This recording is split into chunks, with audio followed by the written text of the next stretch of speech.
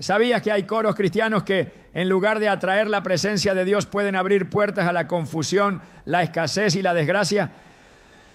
No todos los cánticos que se entonan en nombre de Dios están alineados con su verdad. En Proverbios 18, 21 leemos: la muerte y la vida están en poder de la lengua, y el que la ama comerá de sus frutos. Esta escritura nos revela una verdad profunda. Lo que declaramos con nuestra boca tiene consecuencias espirituales reales. Hoy veremos cómo ciertas letras, aunque envueltas en melodías devocionales, contradicen la palabra y refuerzan declaraciones de derrota, pobreza y maldición. Te mostraremos cómo identificar estos coros, por qué son peligrosos y qué dice la Biblia sobre el poder de la adoración verdadera. Hay coros que suenan espirituales, pero están vacíos de verdad. ¿Estás listo para entender lo que Dios tiene reservado para ti a través de una adoración limpia y poderosa? Muchas personas no se imaginan que un coro cristiano repetido domingo tras domingo pueda estar sembrando palabras contrarias a la voluntad de Dios en sus vidas. A lo largo de los años hemos creído que mientras el canto mencione a Dios, todo está bien. Pero ¿qué pasaría si te dijera que hay alabanzas que, lejos de atraer la presencia divina, están edificando fortalezas de miseria, ruina y confusión en el alma? Lo que sale de nuestra boca tiene poder. Y la adoración no es una excepción. En realidad, es uno de los actos más espiritualmente significativos que podemos realizar. Por eso el enemigo ha sido tan intencional en infiltrar mensajes disfrazados de piedad, usando coros emocionalmente atractivos, pero teológicamente errados. No se trata de gustos musicales ni de estilos litúrgicos. Estamos hablando de una guerra espiritual silenciosa, una batalla por lo que declaramos, por lo que creemos y por lo que le damos permiso a operar en nuestra vida. Desde el principio, Dios diseñó la adoración como un acto santo, puro, orientado a exaltar su gloria y a establecer su gobierno en la tierra. Por eso Satanás, siendo originalmente un querubín protector, encargado de liderar la alabanza en el cielo, no toleró que esa gloria no fuera para él. Su caída, narrada simbólicamente en Isaías 14, 13 a 14, fue producto de su deseo de desviar la adoración que solo le corresponde a Dios. Subiré al cielo, en lo alto, junto a las estrellas de Dios, levantaré mi trono. Seré semejante al Altísimo, dijo. Su ambición no era otra cosa que apoderarse del corazón de los adoradores. Y ese plan continúa hasta hoy, pero de maneras mucho más sutiles. Una de las estrategias más efectivas que ha usado en tiempos modernos es contaminar la adoración a través de letras que, aunque parecen humildes, en realidad niegan el carácter de Dios. Se disfrazan de espiritualidad, pero están llenas de derrotismo, resignación y teología falsa. En muchos casos no lo notamos porque lo envolvemos todo con la excusa de que Dios conoce el corazón. Sin embargo, Jesús mismo advirtió en Mateo 15, 8. Este pueblo me honra con los labios, pero su corazón está lejos de mí. No todo canto es honra. No toda letra que menciona a Dios lo glorifica. Algunas lo reducen, lo distorsionan, incluso lo contradicen. Y eso tiene consecuencias. He conocido personas que por años cantaron frases como: aunque todo me falte, yo te alabaré, creyendo que eso agradaba al Señor. Pero lo que no sabían es que al declarar que todo puede faltar, estaban abriendo la puerta a la pérdida constante, a relaciones quebradas, a economías destruidas, a una vida sostenida en la escasez, como si fuera parte del plan de Dios. Lo repitieron tantas veces que comenzaron a vivirlo. Su adoración estaba profetizando desgracia en lugar de proclamar victoria. Claro que la fidelidad a Dios en medio de la prueba es valiosa, pero lo que muchos hacen no es fidelidad, es aceptación errónea de la calamidad como voluntad divina. Y eso es peligrosísimo. La palabra de Dios nos enseña que la fe viene por el oír, Romanos 10, 17. Y lo que escuchamos de forma constante, especialmente si lo repetimos, forma parte de nuestra fe activa. Entonces, si un coro que repites cada semana dice que ya no puedo más, me rindo al dolor, eso es lo que vas a terminar creyendo. Sin darte cuenta, estarás usando la adoración para validar una identidad que Dios nunca te dio, la del quebrantado sin esperanza, la del esclavo resignado. Y cuando esa identidad se establece, se activa también un ciclo espiritual de derrota, que no se rompe simplemente cambiando de palabras, sino renovando el entendimiento. Proverbios 18, 21 declara: la muerte y la vida están en poder de la lengua, y el que la ama comerá de su fruto. ¿Qué estás comiendo? ¿Qué frutos estás viendo en tu vida? Si cada vez que cantas le estás diciendo a tu alma, que el fracaso es parte del proceso, que la miseria es compañera del cristiano, que la tristeza es inevitable, entonces no te sorprendas si eso es lo que comienza a brotar a tu alrededor. Dios no se complace en verte vivir en ruinas. Jesús dijo en Juan 10:10, el ladrón no viene sino para hurtar, matar y destruir. Yo he venido para que tengan vida y para que la tengan en abundancia. Pero si tu canto exalta la pérdida más que la promesa, estás permitiendo que el ladrón tenga voz en tu adoración. Recuerdo la historia de una mujer que servía fielmente en su iglesia.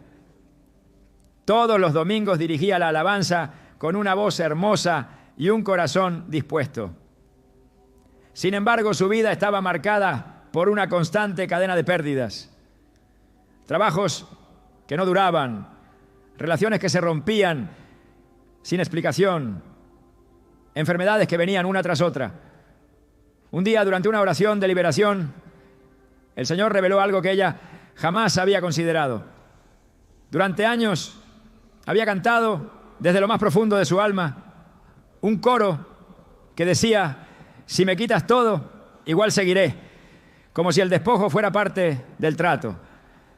Aquella letra, inspirada por la experiencia de Job, no era mala en sí, pero al convertirla en declaración constante, había sellado en su espíritu la idea de que perder era espiritual. Nunca lo había cuestionado. Creyó que esa era su cruz, pero en realidad había convertido una frase en un pacto inconsciente de ruina. El día que rompió con esa declaración, su vida comenzó a cambiar, no por magia, sino porque su fe empezó a alinearse con las promesas de restauración, provisión y propósito que Dios había preparado para ella. El problema no es la letra poética, es el contenido espiritual que carga esa poesía. Satanás no necesita que cantes canciones abiertamente malignas. Le basta con que declares cosas erradas con convicción. Él conoce la ley espiritual de las palabras. Cuando Jesús fue tentado en el desierto, cada palabra que salió de su boca fue escritura. No improvisó, no cantó desde la emoción, respondió con verdad.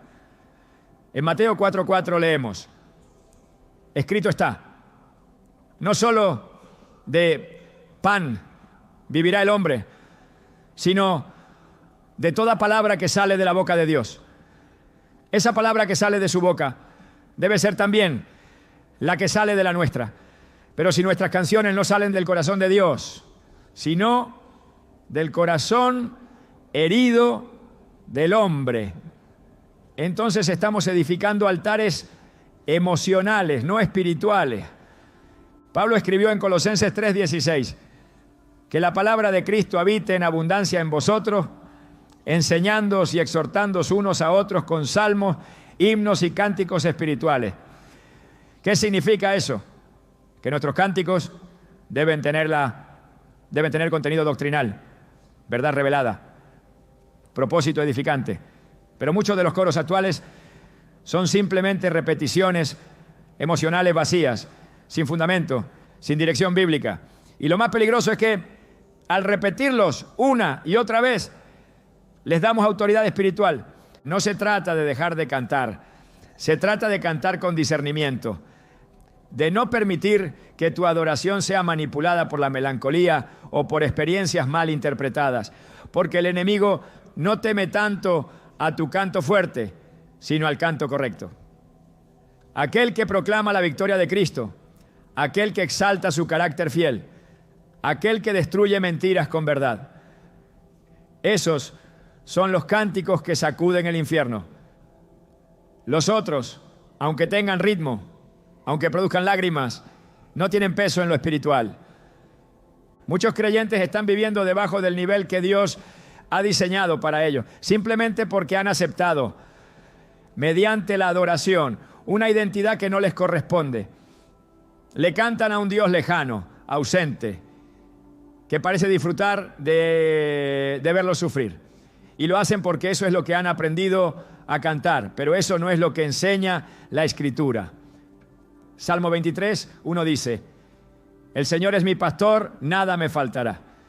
Sin embargo, hay coros que dicen lo contrario. Hay letras que dicen: aunque no tenga nada, yo seguiré.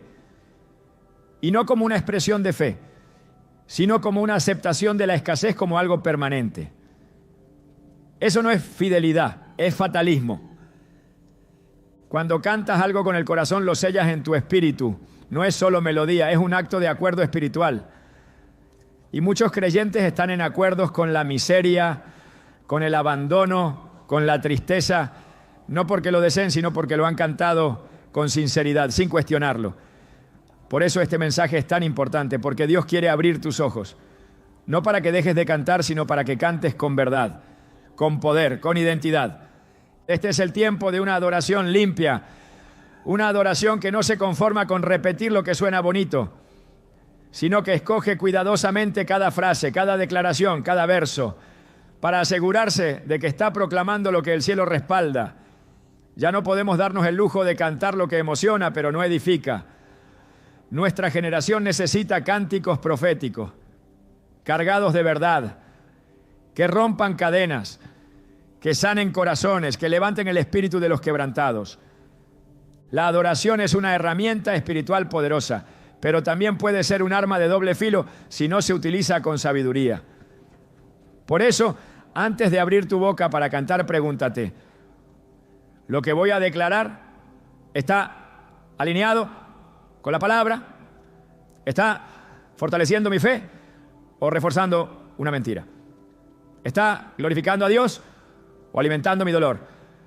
Porque no todo lo que suena piadoso lo es. A veces lo que parece rendición, en realidad es desesperanza. Y Dios no habita en la desesperanza. Habita en la alabanza genuina, aquella que se levanta en medio de la batalla para proclamar que Él sigue siendo fiel. La próxima vez que te encuentres repitiendo un coro popular, detente. Escucha lo que estás diciendo, evalúalo con las Escrituras. Porque tal vez, sin darte cuenta, estás reforzando la misma oscuridad de la que le pides a Dios que te libre. Y si eso es así, no es tiempo de silencio, es tiempo de corrección, de purificar nuestra alabanza, de tomar de nuevo el control espiritual de lo que proclamamos. Porque tu voz tiene poder, tus canciones tienen poder, y tu adoración puede ser el puente a tu victoria o la cadena que refuerza tu prisión. ¿Estás listo para cantar con entendimiento y verdad? Porque el cielo está atento y también el infierno. La segunda gran verdad que debemos enfrentar cuando hablamos de los coros cristianos que atraen ruina, pobreza y confusión espiritual es que no estamos lidiando solo con melodías, sino con declaraciones, con palabras cargadas de poder, pronunciadas por bocas sinceras, pero muchas veces mal dirigidas. La Escritura es clara y no deja espacio a dudas. Lo que sale de nuestra boca tiene el poder de edificar o destruir. En Proverbios 18:21 leemos: la muerte y la vida están en poder de la lengua, y el que la ama comerá de sus frutos. Esta no es una metáfora decorativa, es una advertencia directa del cielo. Cada vez que cantamos, profetizamos. Cada frase entonada no es solo una parte de una canción, es una semilla espiritual lanzada al terreno de nuestra vida, esperando producir su fruto. Cuando un coro repite frases como ya no tengo fuerza, me rindo ante el dolor, todo se ha perdido, pero igual cantaré. Esas palabras no quedan suspendidas en el aire, se convierten en decretos, en afirmaciones espirituales que, si no están respaldadas por la verdad de la palabra de Dios, dan legalidad a la mentira, abren puertas al desánimo, al desgaste emocional, a la ruina en lo invisible. Porque aunque el canto parezca piadoso, si su contenido niega el poder, la promesa y la fidelidad de Dios, no puede producir vida. Por el contrario, se convierte en un instrumento que, en lugar de levantar, deprime, que en lugar de afirmar la fe, fortalece el temor, que en lugar de declarar victoria, perpetúa la derrota. Jesús mismo dijo en Mateo 12, 36 a 37, mas yo os digo que de toda palabra ociosa que hablen los hombres, de ella darán cuenta en el día del juicio, porque por tus palabras serás justificado y por tus palabras serás condenado. Este principio también se aplica a lo que cantamos, lo que muchos consideran inofensivo, lo que repiten sin pensar porque así dice la canción, puede estar marcando su atmósfera espiritual de manera invisible, pero contundente. Las canciones no son simplemente una forma de expresión, sino un vehículo que transporta convicciones, teología, verdades o errores directamente al alma. La palabra de Dios es viva y eficaz. En Hebreos 4:12 se declara que es más cortante que toda espada de dos filos. Cuando esa palabra es cantada, se activa como una espada profética, penetrando corazones, abriendo caminos, desatando promesas. Pero cuando las palabras entonadas no vienen de la palabra, sino de la emoción, de la frustración o del dolor sin redención, esa espada se vuelve en contra. En lugar de cortar cadenas, corta la esperanza. En lugar de abrir cielos, cierra los oídos espirituales. Porque la fe no se edifica en frases que glorifican el quebranto como un estado permanente, sino en declaraciones que exaltan el poder restaurador de Dios. En el Salmo 19, 14, el salmista eleva una súplica que debería estar en el corazón de todo adorador. Sean gratas las palabras de mi boca y la meditación de mi corazón delante de ti, oh Señor, roca mía y redentor mío. Esa oración no se limita al momento de la prédica, sino también al momento de la alabanza. Porque lo que cantamos también debe ser grato ante Dios. No podemos declarar con música lo que nunca aceptaríamos como enseñanza. No podemos vestir con melodía lo que es teológicamente incorrecto y esperar que el cielo lo respalde. La adoración verdadera no se mide por la emoción que provoca, sino por la verdad que contiene. Pablo, en su carta a los Efesios, capítulo 4, versículo 29, escribió: ninguna palabra corrompida salga de vuestra boca, sino la que sea buena para la necesaria edificación, a fin de dar gracia a los oyentes. Si eso aplica a la conversación cotidiana, cuánto más a los coros que cantamos como iglesia. Cada coro es una declaración colectiva, es un acto espiritual comunitario que eleva o arrastra, que sana o hiere, que edifica o corrompe. Por eso el enemigo ha sido tan sutil. No ha atacado la alabanza frontalmente, ha infiltrado las letras, ha sembrado conceptos que parecen piadosos, pero que, al ser repetidos con sinceridad, producen desalineación con la palabra. Cantar que se ha perdido todo y que uno ha sido abandonado puede parecer una expresión de entrega, pero si no está fundada en la verdad del Dios que restaura, se convierte en una declaración de desamparo permanente. La adoración jamás fue diseñada para reafirmar nuestras debilidades como verdades eternas. Fue creada para magnificar a Dios por encima de nuestras circunstancias. Fue diseñada para declarar su soberanía, su cuidado, su justicia, su provisión. En ningún lugar de las Escrituras se presenta la adoración como un lamento sin propósito. Incluso los salmos más angustiados concluyen con esperanza. Aún en medio del clamor el tono cambia y el salmista afirma la fidelidad de él, la fidelidad del Señor. Cuando la iglesia canta coros que no terminan con fe, está proclamando derrota. Y esa proclamación tiene consecuencias. En la atmósfera espiritual las palabras liberan. En Jeremías 1, 9 a 10, Dios le dice al profeta: Aquí he puesto mis palabras en tu boca. Mira que te he puesto en este día sobre naciones y sobre reinos, para arrancar y para destruir, para arruinar y para derribar, para edificar y para plantar. Si las palabras de un hombre pueden tener ese poder cuando vienen de Dios, ¿qué ocurre cuando las nuestras vienen de la incredulidad, de la tristeza sin redención o de la costumbre litúrgica vacía? La alabanza no es un adorno del servicio, es una proclamación. Y en lo espiritual, lo que se proclama se establece. Si cantamos ruina, cosechamos ruina. Si declaramos abandono, caminamos bajo una nube de rechazo. Si exaltamos el quebranto como virtud permanente, nos alejamos del Dios que vino a sanar los corazones rotos. Isaías 61:1 lo declara con claridad. El Espíritu de Jehová, el Señor, está sobre mí.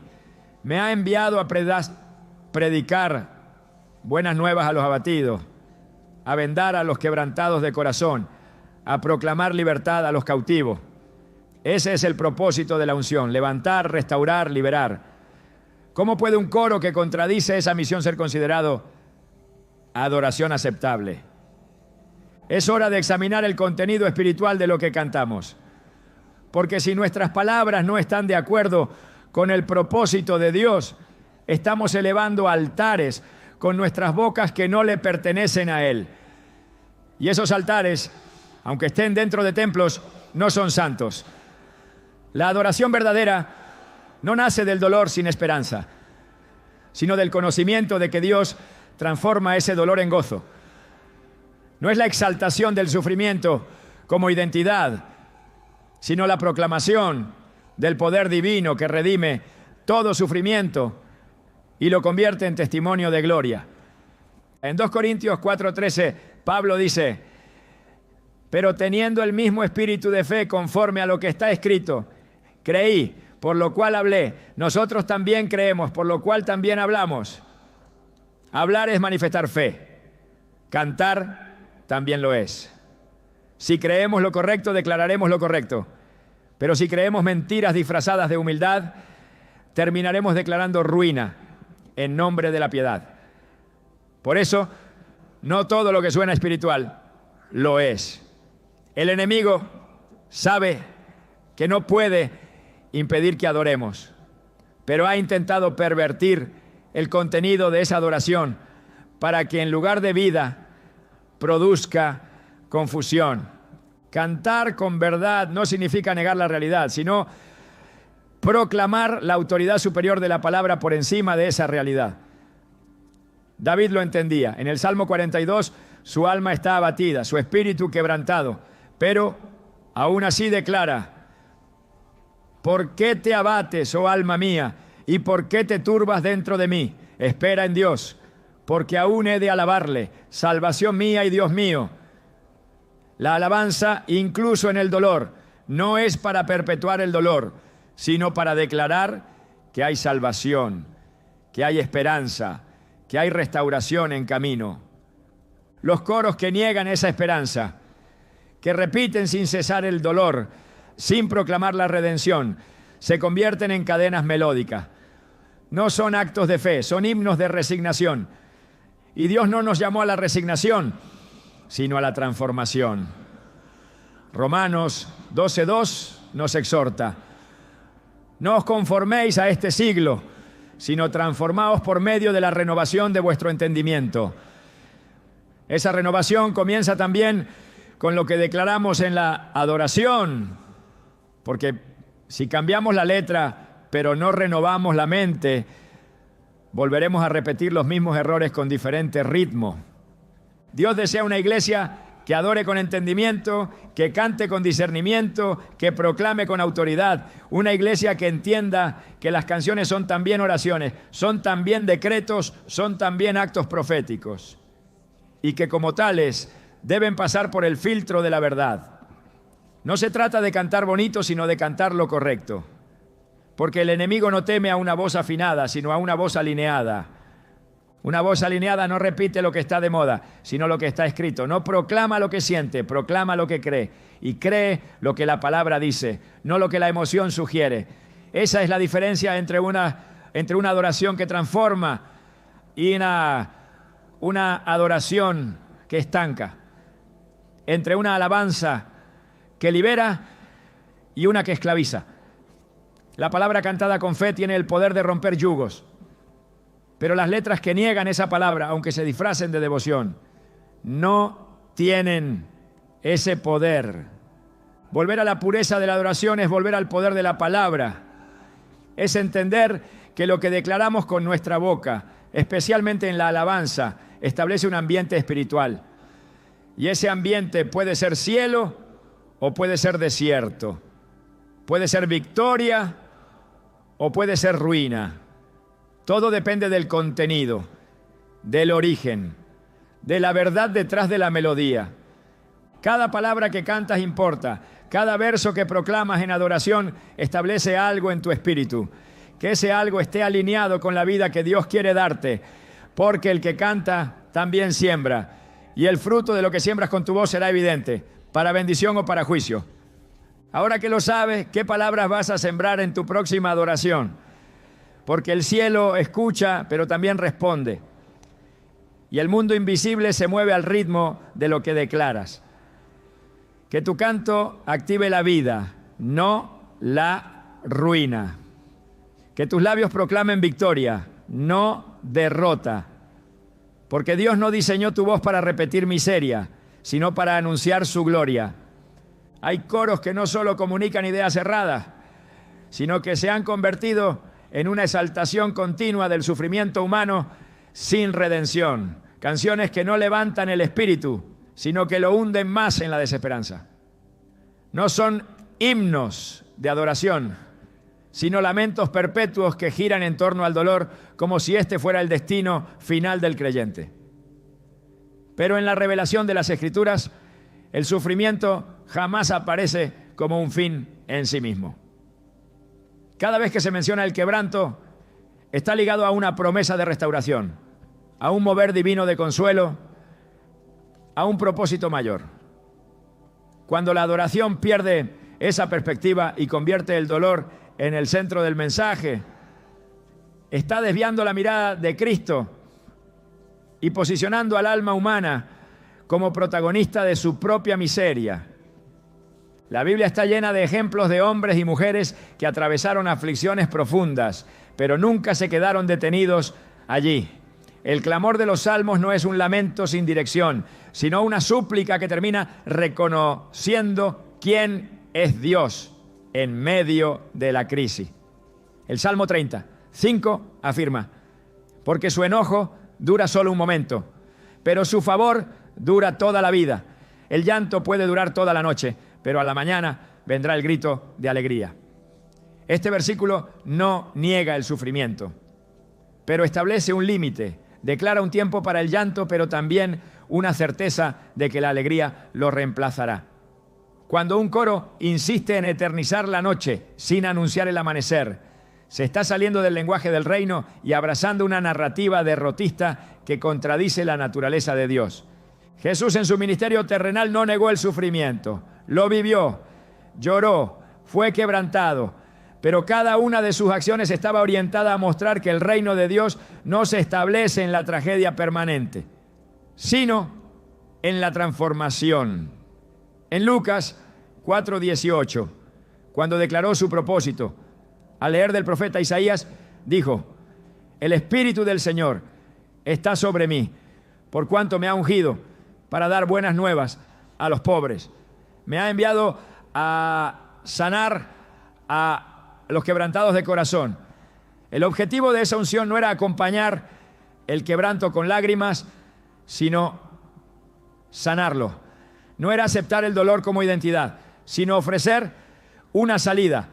Por tanto, toda adoración que no refleja esa unción redentora, esa dirección de sanidad y restauración está incompleta.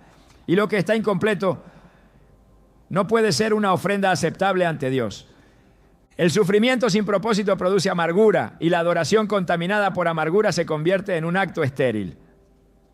Las letras que giran en torno a frases como estoy roto y seguiré así, no tengo nada, pero eso es mi adoración.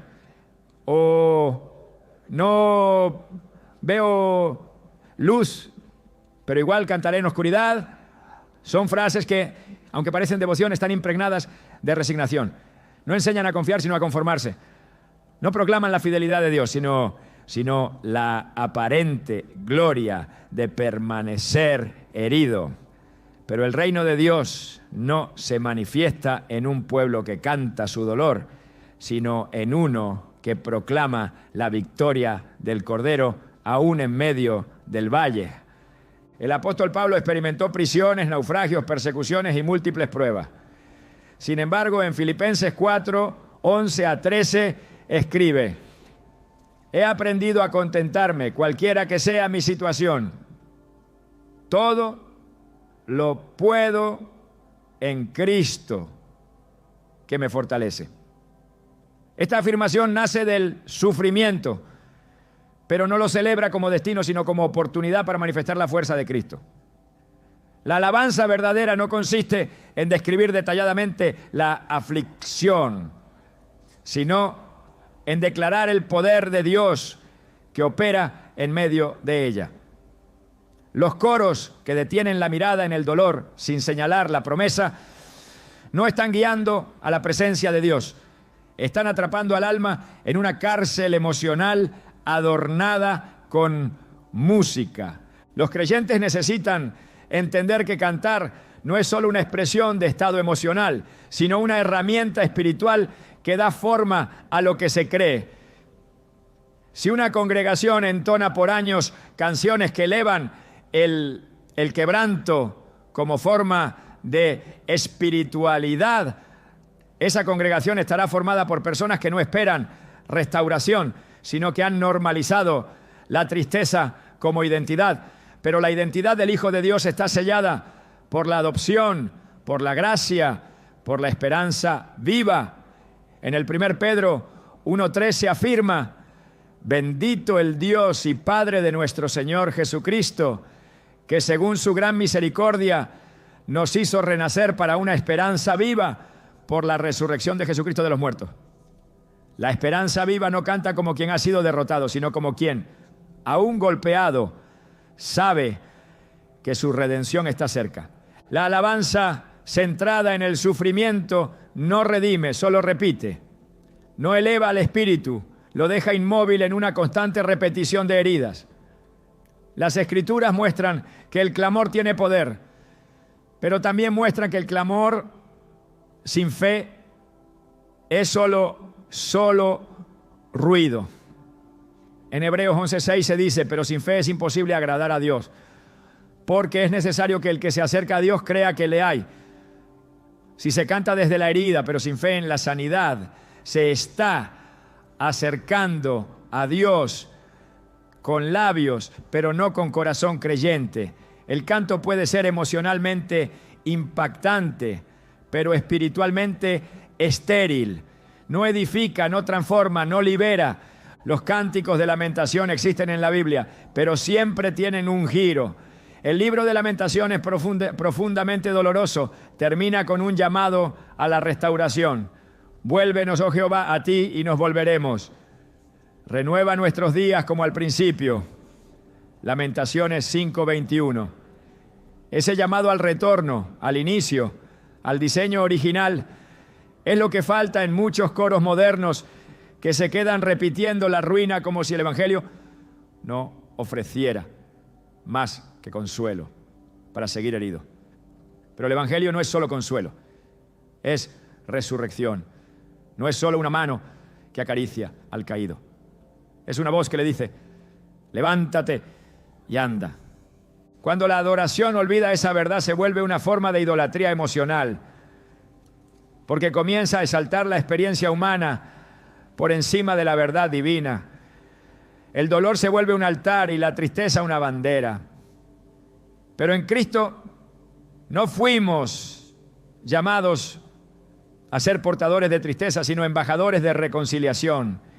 En 2 Corintios 5:20 se declara, así que somos embajadores en nombre de Cristo, como si Dios rogase por medio de nosotros.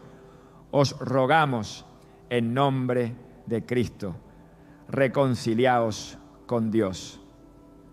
¿Cómo puede alguien cumplir ese ministerio si su canto siempre refleja derrota, si su alabanza siempre termina en oscuridad? La reconciliación implica transformación, implica restauración de la identidad, implica una adoración que refleja al Dios que sana. El enemigo no necesita robarte la alabanza si puede deformarla. Si logra que en tu boca haya canciones que saltan el sufrimiento sin redención, entonces ha ganado un espacio.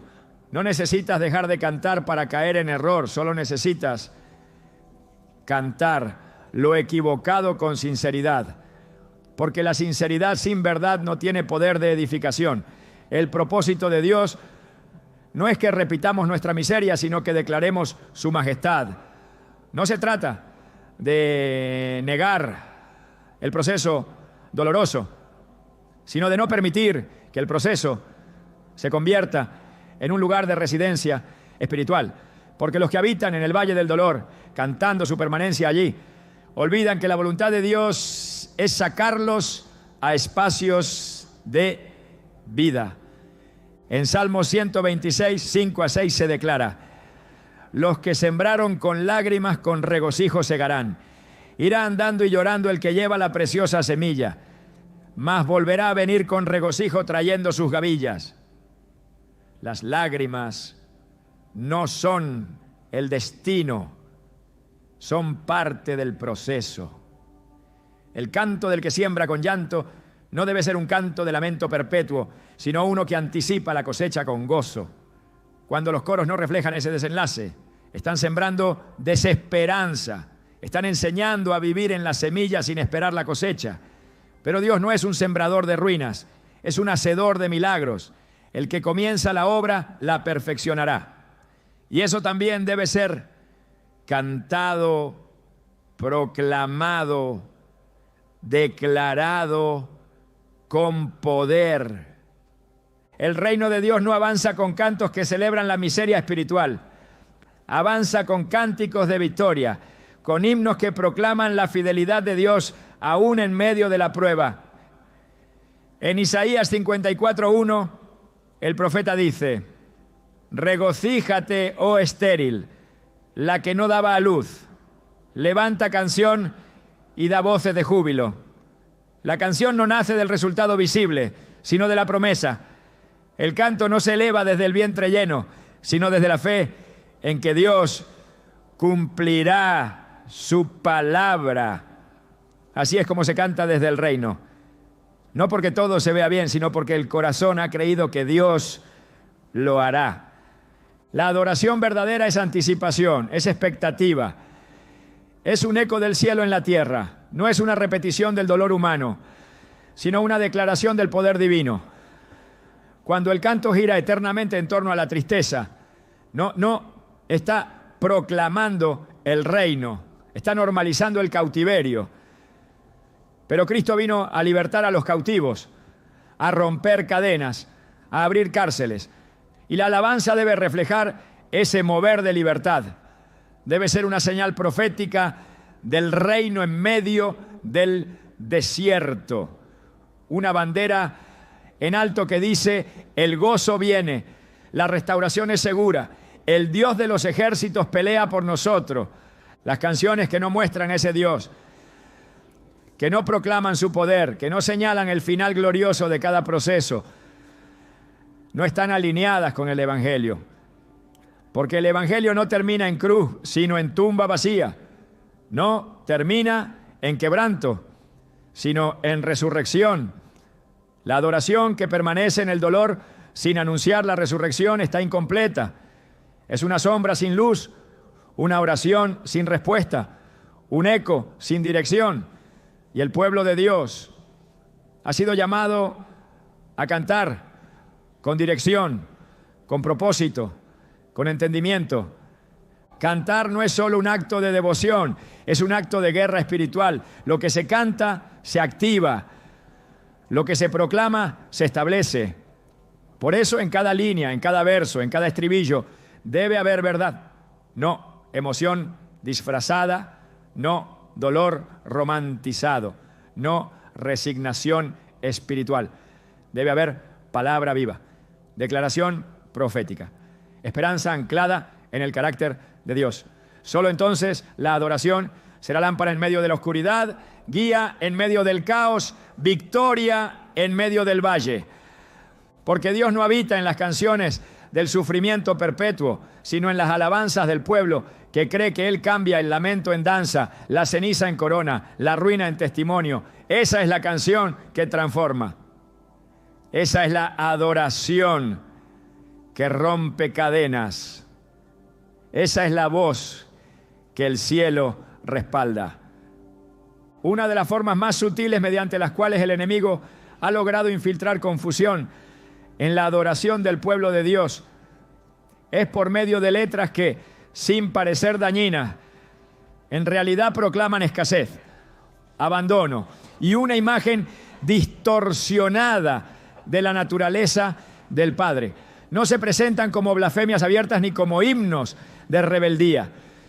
Se esconden bajo melodías suaves, palabras que aparentan humildad, frases que suenan espirituales, pero que en su raíz contradicen directamente las promesas del Dios proveedor, del Dios cercano, del Dios fiel. Son coros que repiten con solemnidad ideas como: aunque no tenga nada, aunque me sienta solo, aunque no vea tu mano, seguiré. Como si esas condiciones fueran permanentes, normales, inevitables e incluso deseables para la vida cristiana. Pero ninguna de esas afirmaciones está en armonía con el testimonio de las Escrituras. Desde Génesis hasta Apocalipsis, Dios se revela como un proveedor, un protector, un padre que no olvida a sus hijos ni los deja en vergüenza. La imagen del creyente desamparado, eternamente pobre, siempre derrotado, no nace en el corazón de Dios, sino en una teología alimentada por la emoción humana y no por la verdad eterna. Cuando se cantan frases que reafirman la ausencia de provisión o que normalizan la pobreza como parte del camino espiritual, lo que se está haciendo es establecer en el espíritu una mentalidad contraria al reino. En Deuteronomio 28, Dios describe con claridad la diferencia entre la obediencia que trae bendición y la desobediencia que atrae maldición. En el versículo 11 declara: y te hará Jehová sobreabundar en bienes. ¿Cómo puede entonces una canción que glorifica la carencia representar correctamente a ese Dios? El Señor es Jehová Jireh, el Dios que provee. Así lo revela Génesis 22:14. Cuando Abraham reconoce que en el monte de la prueba el Señor no lo abandonó, sino que proveyó. Esa revelación se convierte en uno de los nombres eternos de Dios. No es un acto aislado, es un atributo. Y cuando el pueblo de Dios canta lo contrario, cuando entona versos que, en lugar de declarar provisión, exaltan la carencia como una marca espiritual, está negando una verdad fundamental del carácter divino. No se trata de rechazar la humildad ni de promover una fe basada en el materialismo. Se trata de reconocer que la pobreza perpetua, el desamparo emocional o espiritual constante y la sensación de abandono no son banderas de piedad, sino mentiras que impiden al creyente experimentar la plenitud que el Padre ya ha destinado para él. Jesús lo dejó claro en Mateo 6:26. Mirad las aves del cielo, que no siembran, ni ciegan, ni recogen en graneros, y sin embargo, vuestro Padre Celestial las alimenta. ¿No valéis vosotros mucho más que ellas? Este pasaje no es solo una declaración poética, es una afirmación espiritual que derriba cualquier argumento de abandono. El creyente no está llamado a vivir como huérfano, no canta desde el vacío, canta desde la filiación. El cristiano no canta para mendigar el amor de Dios, canta porque ya ha sido amado, escogido, sostenido. Por eso, cuando se entonan coros que repiten ideas como aunque no sienta tu presencia o aunque no escuches mi clamor, se está proclamando una separación que la cruz ya anuló. La obra de Cristo en la cruz no solo reconcilia al hombre con Dios, sino que lo posiciona como heredero. Romanos 8:17 declara: y si hijos, también herederos, herederos de Dios y coherederos con Cristo. Este estatus espiritual no es simbólico, tiene implicaciones reales. El heredero no vive como un mendigo. El coheredero no canta ruina como si fuera su lenguaje nativo. La alabanza del Hijo debe reflejar el corazón del Padre. Por tanto, cuando una generación entera canta con convicción frases que evocan la escasez, la distancia divina y la falta de dirección, no está adorando en espíritu y en verdad. Está reforzando una narrativa que no viene del trono celestial, sino de una visión empobrecida de la fe.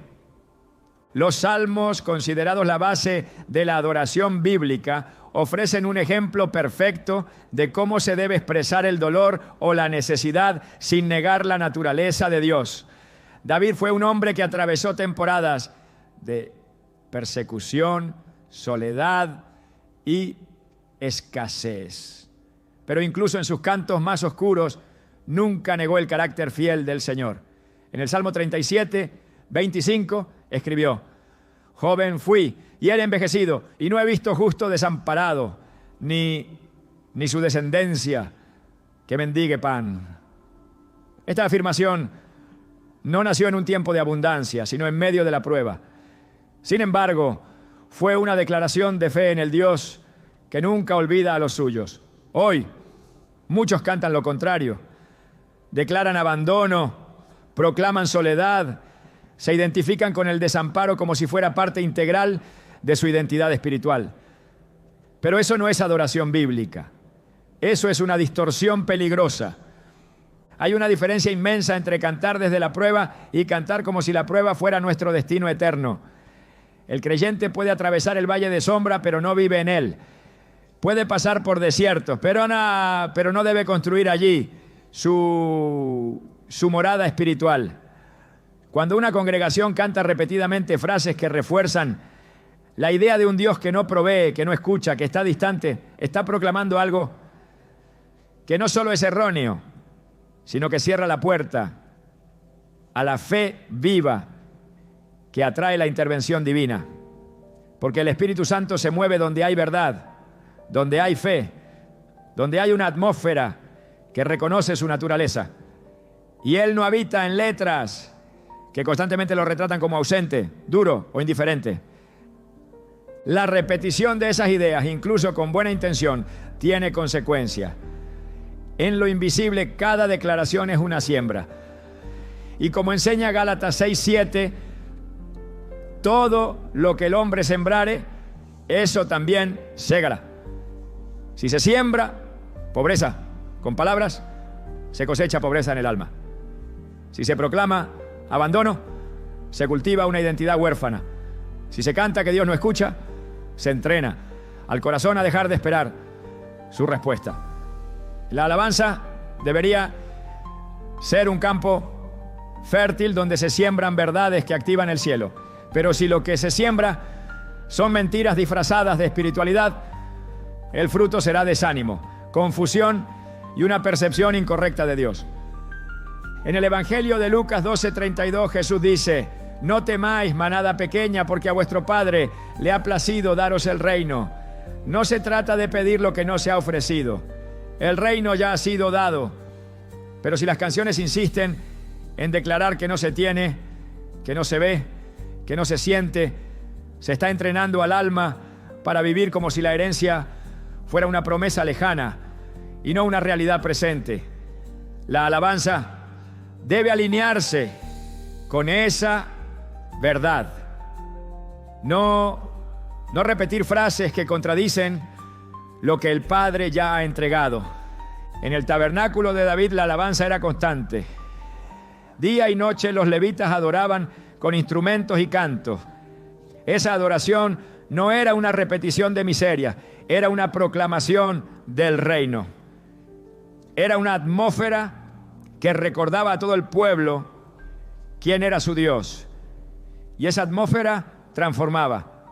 La presencia de Dios se manifestaba porque la adoración era dirigida por una comprensión correcta del carácter divino. Hoy la iglesia a veces ha sido llamada a caminar bajo un pacto mejor, con promesas superiores, con acceso directo a la presencia del Padre. Por tanto, no se puede justificar una adoración que proclama escasez permanente, como si la cruz no hubiese sido suficiente para romper el ciclo de la miseria espiritual. El poder de la alabanza no radica solo en la melodía, sino en el contenido, en lo que se proclama, en lo que se establece. Si lo que se canta contradice la Escritura, no puede edificar, no puede liberar, no puede traer transformación. Por eso es urgente examinar las letras, medir cada palabra, considerar cada declaración, no con legalismo, sino con discernimiento, no con miedo, sino con sabiduría, porque la boca que canta ruina cosecha ruina, pero la boca que canta promesa abre los cielos. En Jeremías 29:11, Dios afirma: porque yo sé los pensamientos que tengo acerca de vosotros, pensamientos de paz y no de mal, para daros el fin que esperáis. Esta es la voz del Padre, esta es la verdad que debe llenar nuestras canciones. Cualquier coro que contradiga esa promesa está edificando sobre arena. Está repitiendo con música lo que el enemigo ha querido que los hijos de Dios crean, que la vida espiritual se trata de aguantar escasez hasta morir. Pero el mensaje del reino no es resistencia resignada, es transformación gloriosa, es una esperanza viva, es una herencia eterna, y la alabanza debe reflejar esa verdad. No se trata de cantar triunfalismo vacío, sino de declarar lo que ya ha sido ganado por Cristo. Se trata de proclamar que la gracia no solo salva, sino que sostiene, provee y fortalece. Se trata de afirmar con nuestra boca que no estamos solos, que no estamos olvidados, que no hemos sido abandonados. Porque el Dios al que adoramos está presente y se complace en el bienestar de sus siervos, como dice Salmo 35:27. Esa es la verdad que debe estar en nuestras canciones. Esa es la alabanza que activa el mover del Espíritu. Esa es la melodía que toca el cielo. Cuando la iglesia canta desde la fe y no desde la carencia, cambia atmósfera. Cuando proclama la presencia de Dios en lugar de su aparente ausencia, abre puertas. Cuando se alinea con la verdad eterna en vez de repetir lo que siente el alma herida, comienza a experimentar la gloria que transforma. Por eso es tan crucial discernir cada coro, porque lo que hoy parece una simple frase, mañana será la fe o la incredulidad que gobierne el corazón. Y lo que gobierna el corazón determina el rumbo. La adoración no debe ser un eco del desánimo humano, sino una trompeta que proclama la fidelidad divina. No debe repetir el lenguaje del mundo, sino declarar la palabra que no cambia. No debe perpetuar la pobreza espiritual, sino invitar al pueblo a habitar en la abundancia del reino. Porque si la alabanza es verdadera, entonces será luz, será puerta, será espada. Pero si está llena de palabras que exaltan la escasez, el abandono o la distancia de Dios, entonces se convierte en una sombra sin sustancia, un sonido sin dirección. una forma sin poder. Dios busca adoradores que lo adoren en espíritu y en verdad, no en emoción y error, no en melancolía y costumbre, sino en alineamiento con su palabra. Porque en ese tipo de adoración hay vida. Y donde hay vida, no hay lugar para la ruina. No hay espacio para la pobreza como identidad. No hay cabida para un lenguaje que proclame que Dios ha cerrado el cielo, cuando Él mismo dijo: clama a mí y yo te responderé. Jeremías 33:3. El cielo está abierto. La provisión ha sido dada, la herencia está asegurada. Solo falta que la boca del adorador se alinee con esa verdad y que cada canción proclamada desde el altar sea una afirmación de fe, no una repetición de miseria. Entonces, y solo entonces, la alabanza dejará de ser un simple canto y se convertirá en poder. Muchos de los coros que se entonan con fervor nacen del dolor genuino, de momentos de prueba en los que el alma quebrantada busca una forma de expresar su lucha. Pero el hecho de que una canción surja de un corazón sincero no significa que su contenido sea conforme a la verdad de la palabra. La sinceridad no reemplaza la doctrina. Y cantar con emoción no convierte una declaración errónea en una proclamación santa. Lo que define si una adoración es aceptable ante Dios no es la intensidad del sentimiento, sino la fidelidad a la revelación bíblica. Porque no basta con ser auténtico en el dolor si lo que se declara perpetúa una mentira espiritual. Y esto es justamente lo que sucede cuando se justifican ciertos coros bajo la idea de que fueron escritos desde el quebranto. David también escribió desde el quebranto, clamó, lloró, se lamentó profundamente, pero nunca utilizó su dolor para construir una teología derrotista. Cada salmo que nace desde su aflicción termina apuntando al carácter inmutable de Dios. En el Salmo 13, por ejemplo, empieza con una súplica angustiante. ¿Hasta cuándo, Señor? ¿Me olvidarás para siempre? Pero no termina allí. Concluye diciendo: mas yo en tu misericordia he confiado. Mi corazón se alegrará en tu salvación. Esa es la diferencia entre un clamor espiritual y una canción que solo repite desesperanza. Uno reconoce la realidad del dolor, pero afirma la fidelidad de Dios por encima de las emociones. El otro se estaciona en la herida y la convierte en altar. Y cuando la música se construye sobre ese fundamento, el alma se acostumbra a vivir en ruinas espirituales, creyendo que eso es humildad. La palabra nos muestra que el Espíritu Santo es consolador, guía, maestro y defensor. Su tarea no es amplificar nuestro dolor, sino revelarnos la verdad que nos libera. En Juan 16:13, Jesús dijo: pero cuando venga el Espíritu de verdad, Él os guiará a toda la verdad. Esa verdad incluye reconocer que la adoración no debe ser una manifestación de debilidad perpetua, sino una proclamación de quién es Dios, incluso en medio de la tormenta. Cuando se cantan frases que nacen del quebranto sin haber pasado por el filtro del Espíritu, se está declarando algo que no proviene del cielo. Y lo que no viene del cielo no tiene poder para transformar. No todo lo que nace del corazón debe ser cantado. No toda emoción merece convertirse en liturgia, porque el altar no es el lugar para expresar libremente cualquier sentimiento, sino el espacio donde se proclama la gloria de Dios.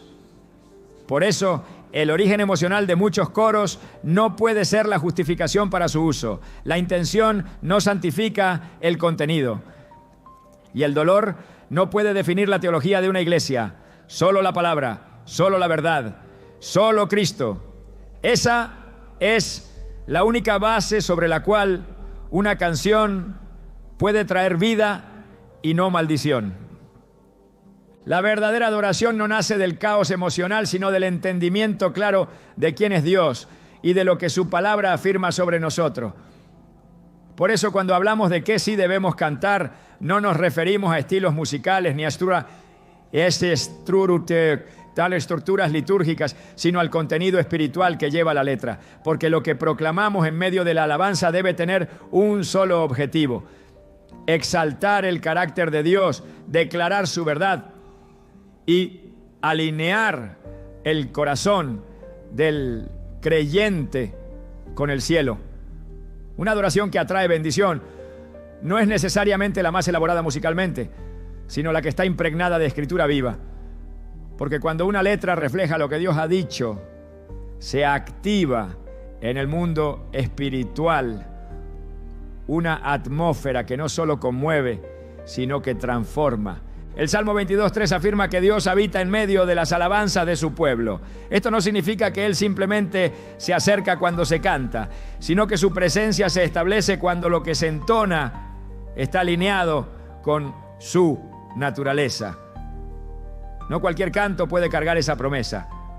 Solo aquellos que reflejan su santidad, su fidelidad, su poder y su redención. La alabanza eficaz no repite la situación, proclama la solución. No exalta la herida, exalta al sanador. No gira en torno a la debilidad humana, sino a la suficiencia de Cristo. En Hebreos 13:15 leemos: así que ofrezcamos siempre a Dios, por medio de Él, sacrificio de alabanza, es decir, fruto de labios que confiesan su nombre. Esa confesión no puede estar contaminada por la duda ni por la visión terrenal. Debe ser una confesión que refleje fe, redención y propósito. Cuando la iglesia canta lo que el cielo ya ha dicho, el poder se manifiesta. No hay necesidad de manipular emociones. La atmósfera responde sola, porque el Espíritu Santo se mueve donde la verdad es proclamada con convicción. En Efesios 5:19, Pablo exhorta a hablar entre vosotros con salmos, con himnos y cánticos espirituales, cantando y alabando al Señor en vuestros corazones. Esto no es una sugerencia estética, es una instrucción espiritual. El corazón que canta lo que el Espíritu aprueba se convierte en canal de vida. Una iglesia que canta promesas activa cumplimiento. Un pueblo que proclama la victoria de Cristo vence la opresión.